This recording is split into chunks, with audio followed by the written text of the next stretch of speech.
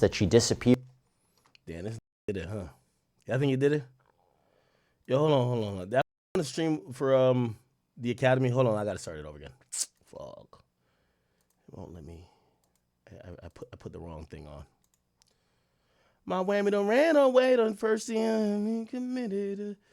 All right, here we go. Y'all want me to go back to the good camera? I'm back on old reliable still. I just didn't have time to start the new camera. The new camera's right there. But it's the shitty camera is so easy to use. All right. Okay. Perfect. So let's get into a few things. So the current update on what's going on with this David and Celeste thing is that this guy supposedly was dating this girl since she was 12. He's currently, I believe, we just looked it up. How old is David? He's 20, which means when he was 17, he was dating her when she was 12. That's creepy, okay? A 17-year-old boy having an attraction to a 12-year-old girl is very odd. However, you know, I was watching a Spotify. I streamed early on Kick. I did my steak stuff, and I was watching a Spotify documentary on him. He actually did a Spotify doc, or Spotify did a doc on him like a year ago. By the way, this guy has like 30 million monthly listeners. Spotify, let me see, hold on. That she disappeared. Spotify, okay. Now, as I'm watching it, what dawned upon me was that an interesting thing. By the way, he's a guy who he's into anime and fucking Hello Kitty. Take what you want from that. But I will say, you know, he's a modern teenager. You know, internet savvy, knew how to, you know, record music out of his closet using an iPhone and GarageBand or whatever. And apparently he came to the idea that he had to record his own music because he was a Fortniter, and he kept having videos flagged because he was using known music, right? So that's how we got into the music creation thing. However, so I'm kind of watching it. His parents are interviewed for the thing. You're going to see them here. And you see younger pictures from him. You're going to see, that's his mom, right? And, you know, I'm not trying to put her up here because I want nobody harassing his family. But this was a public doc, so it's not like I'm out there. And that's his dad. And, you know, she actually, she has like an accent. She seems like she's from like the Caribbean or maybe some other ethnic country. And I'm watching the doc and I'm like, everything about this guy's lifestyle kind of seems on the up and up. It seems like he should be a regular kid, right? Not dysfunctional household. You know, he's not in severe poverty.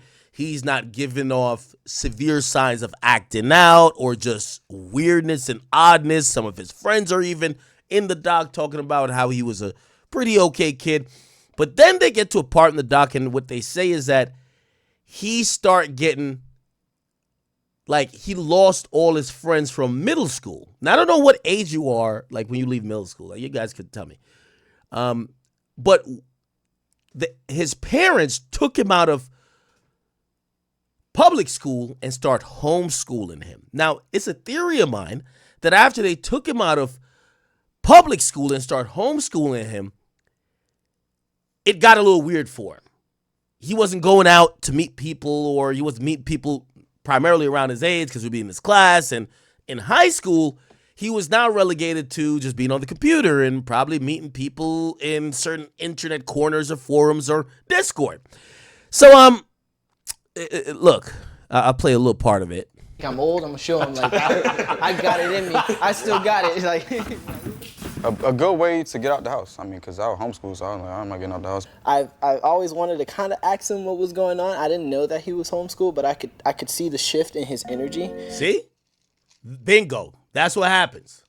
You know, I've always kind of noticed when he would come in, his headphones on, it was just the fact that I think he also kind of felt disconnected. Nah, don't know. Again, and I'm not here to lay blame on his parents. I don't know why. And by the way, we're not saying he's guilty or whatever. But I'm wondering why the parents chose to homeschool him. There's much more to be understood about the story. Transitioning from public school to homeschool is tragic.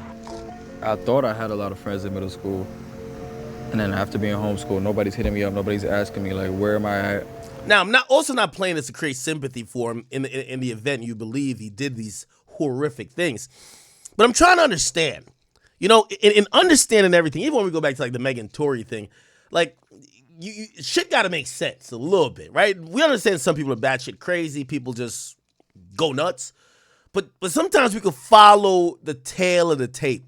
And I've been trying to have a crash course on this guy's life and figure out when did shit get weird, and this might be the inflection point. He gets taken out of public school and he's now homeschooled. He feels isolated from everybody else in the community who are all going to school together. And he thought he had friends, but after he stopped going to school, none of his friends hit him up. Probably put him in a place where he gravitates towards online stuff, online friends. And, now none of that is still explaining him trying to deal with or date a 12-year-old at that time if he was 17. But it's interesting. It's interesting. And also, I believe you start high school way before 17, right? Like you started maybe like 14, 13, right? Yeah, so really not much is still making sense, but we do realize there is a shift, right? Why am I not coming to school today? It made me question, like, what is a real friend? And do I have any of those as well? I wrote the song Worthless based on that. It's like going on Fortnite and then finding more support from people that don't even know me when people that I literally know didn't even care. It's pretty strange, bro. But So that kind of put him in a place where music was one of the things he leaned into, video games, but also these online communities where I would imagine he probably met Celeste. Okay. Now,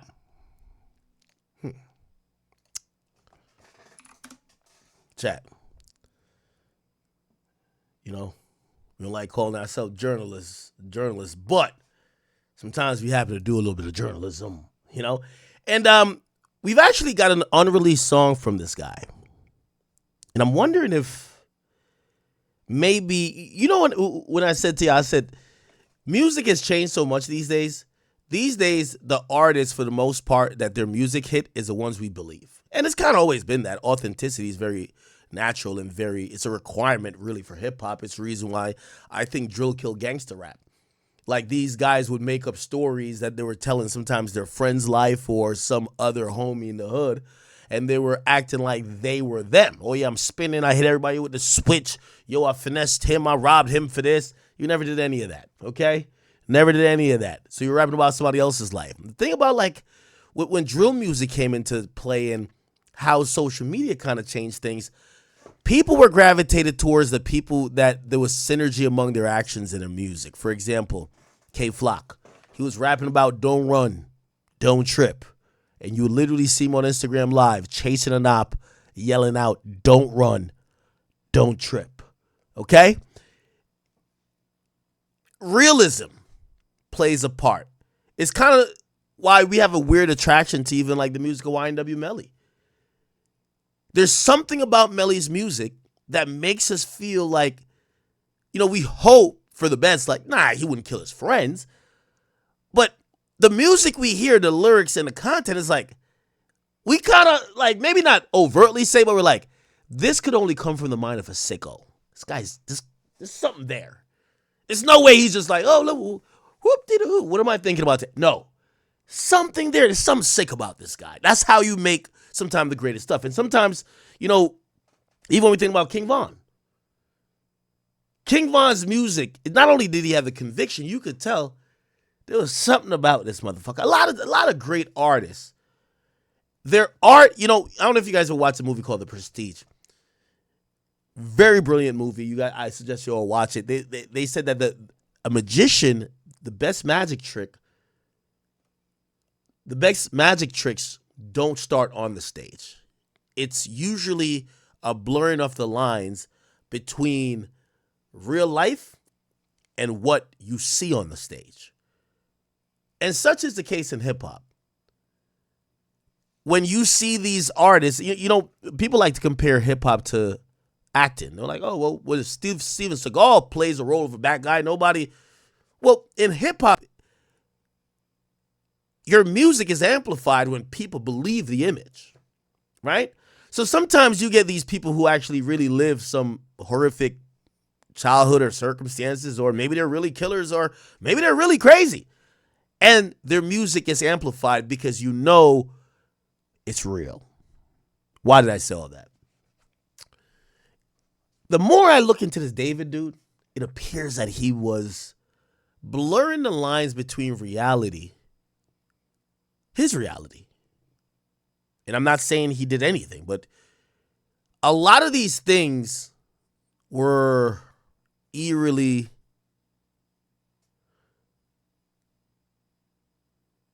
almost, it wasn't just making it up. He wasn't just having a pen and pad just making it up. It felt like some of this shit was close to maybe not directly, but some experiences he may be familiar with. I think it's the same thing with X. You know, a lot of X's music, X was a troubled person.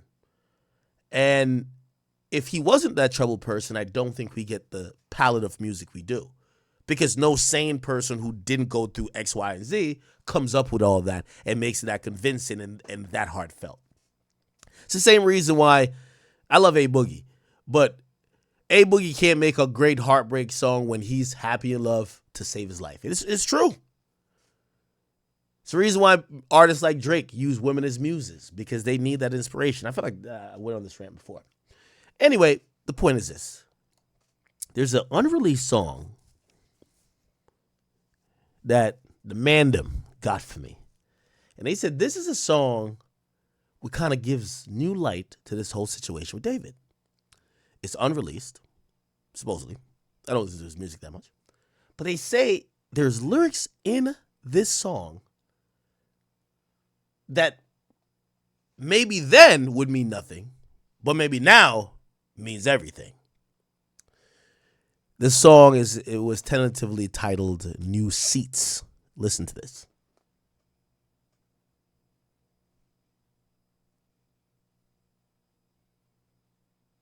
I know that ain't what I just.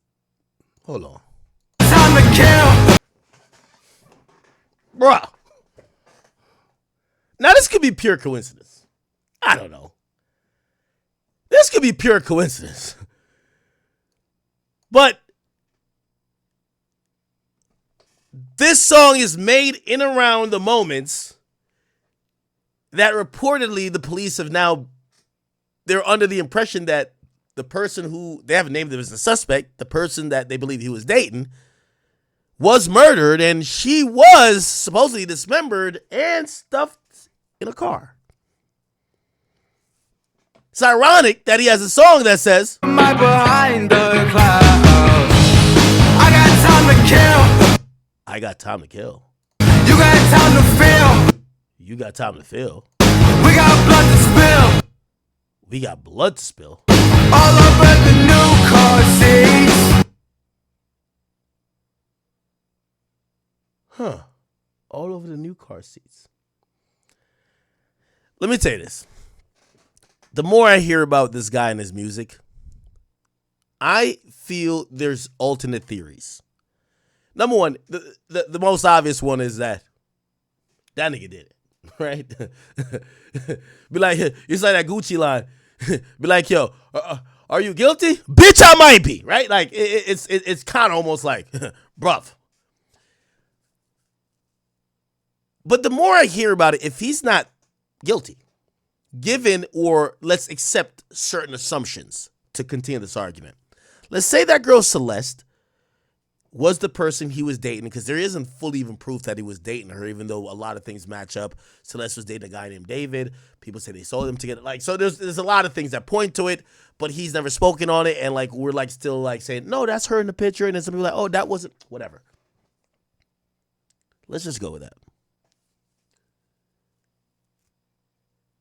In my opinion, either he did it or he clearly knew about her death. There's so much music.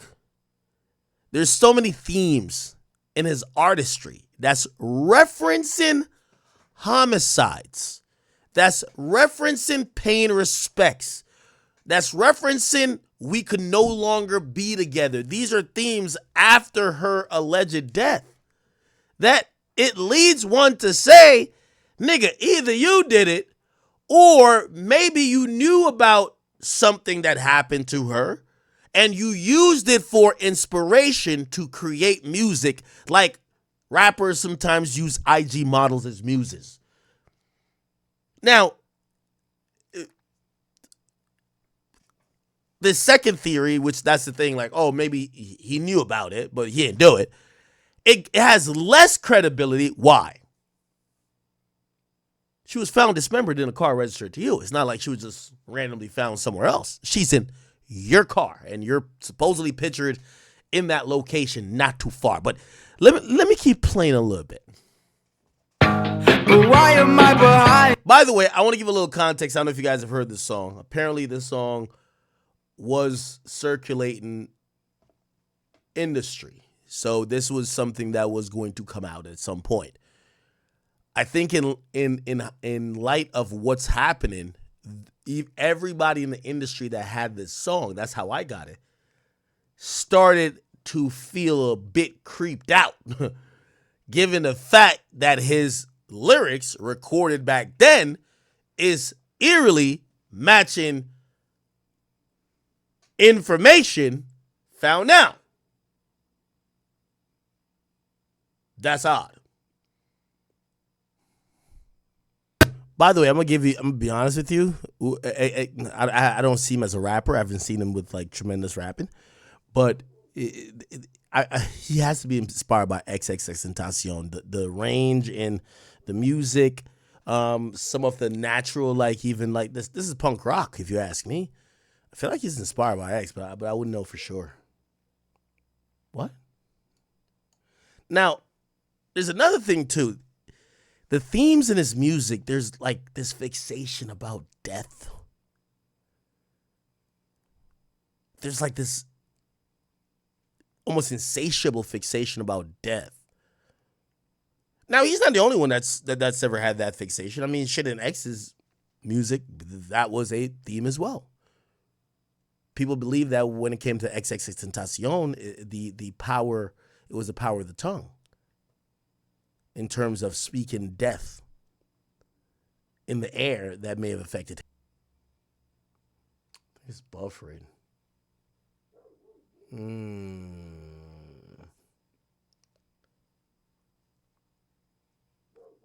Now, there's also a part of me that thinks that, like, maybe he knew about this and, like, you know, in a sick way, he was kind of using it to inspire music, but I don't know. I really don't know.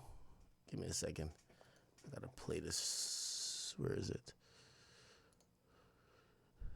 Sorry, Chad. Just give me a little bit of Lil Peep vibes. Kind of. Not really. Lil Peep mixed with X. Not for anything. This kid kind of comes across as really talented. Right? Kind of comes across really talented if you ask me. Anyway, let's see the updates on what this is. After retired detective and law enforcement instructor, thank you so much for coming here on Sidebar. We really appreciate it. Thank you for having me, Jesse. So based on your experience, how do police, by the way, when they're dealing with, and I wonder if this is a big issue in LA, but how do police deal with prioritizing cases when you have a celebrity, a famous person linked in some way to a crime? How do they deal with that? Well, you know, ideally, there really shouldn't be any distinction based on the fame or wealth of the person implicated in a crime, whether they be the accused or the victim. In reality, there are always pressures that are brought to bear on investigators, be it from within their agency or from the media or the public. And the challenge for the investigator is to remember, as Harry Bosch says, everybody counts or nobody counts. This is the first Bosch reference we've ever gotten on Sidebar, and you named it. Okay, when you're dealing with a body that's as decomposed as this, how do authorities analyze that evidence? How do they handle that evidence? And the idea that this body was severely decomposed, what does that tell you? Well, it sounds like from the reporting we've heard so far, and again, I don't know anything about this case other than what's been publicly reported. It sounds like poor Celeste was likely in the front trunk of that vehicle for several weeks before her body was discovered. And there's even been reporting that she was dismembered. That certainly presents a challenge for the medical examiner and for investigators in terms of determining time and cause of death. Also raises some questions in terms of why the killer reportedly chose to dismember this young woman. Sometimes a killer will dismember their victim because if they do that and disperse the remains over some space, and particularly if certain body parts aren't found, it makes it harder to identify the victim. Now, people that kill strangers don't usually need to worry about the victim being identified because there's nothing that connects to them. So the only time the identity of the victim is a problem for the killer is if there's some known relationship. Yeah, so that's the interesting thing about him or her being dismembered in his car, but it sat there. Now, there's a theory that, this kind of happened because he had to go on tour, if you want to believe he did it. Look, I'm going to say this. I see into how can someone have the ability to do something like this? Who can have the means, the opportunity to do that, right? Well, we have to kind of keep the Occam's razor principle in mind. I mean, this vehicle was registered to David Burke. It was apparently towed from across the street from a home that he was renting. So the simplest theory would be that this crime happened in or near the vehicle and likely by David or somebody close to him with access to the vehicle. That said, as an investigator, we have to keep in mind until the investigation is complete and all the facts are in that we don't know yet all the facts. We need to think about what we don't yet know. And as an investigator, while you want to trust your intuition and the wisdom of your experience and your common sense, we have to remember that just because you did 100 of these cases and it always turned out this way and the answer was X, in this case, the answer could still be Y. So we have to keep an open mind. But certainly there's a lot of publicly available information that seems to point to the involvement of David Burke in the death of this child. By the way, what causes decomposition and how quickly does it happen? Decomposition is a natural process once the person is no longer alive, and it's affected by a lot of factors, including temperature and whether the body is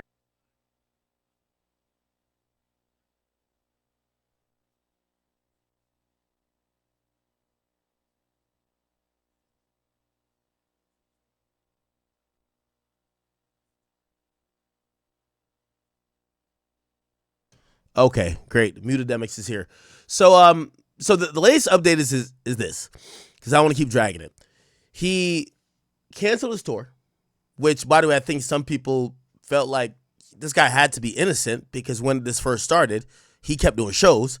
He canceled his tour, and now he has, supposedly through his lawyers, he's working with the police, and I would imagine they would probably want some type of interrogation or something of the sort to try to figure out, or maybe request some type of testing, because I could imagine they're trying to do some forensics on a corpse or whatever. And there's no hint that he's not being cooperative, but we don't know what's going to happen. I think there's so much more to be understood about this situation. I'm very intrigued about what the hell happened. Mostly, I'm actually surprised that it appears that nobody that's really close know anything about this happening, where like somebody just kills somebody and dismember them and put them in a vehicle, and they never told a friend. There's no person that assisted. There's no person that saw something. There's no person that said, yeah, he showed up. He had like blood stains on his shirt. Oh, he had a scratch on his face. I don't know. How was the person killed? Was it a gunshot wound? Was it strangulation? So many questions to be asked and answered. We will figure this out at some point. Okay. All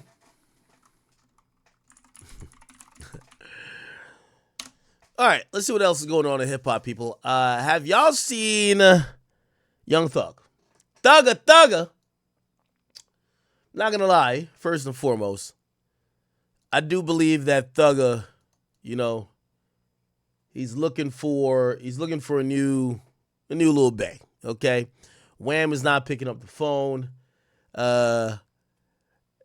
Last I heard, Wham was supposed to be on his album, but maybe Wham doesn't end up on the album. I don't know. I think Wham is. Well, the entire David situation, it's a very, very interesting situation. All the stuff that came out, they found the girl at 12, or she went missing at 12 or 13. Feel me? Dead at 15 in his car trunk in a Tesla. If we all remember the Julio Filio and Young and A situation, we know that Teslas have cameras on everything. Is he guilty? Probably. Even if he's not the person who killed her, he's probably still gonna get locked up. Probably. He had relations with a minor. Like, I don't know anything with this situation.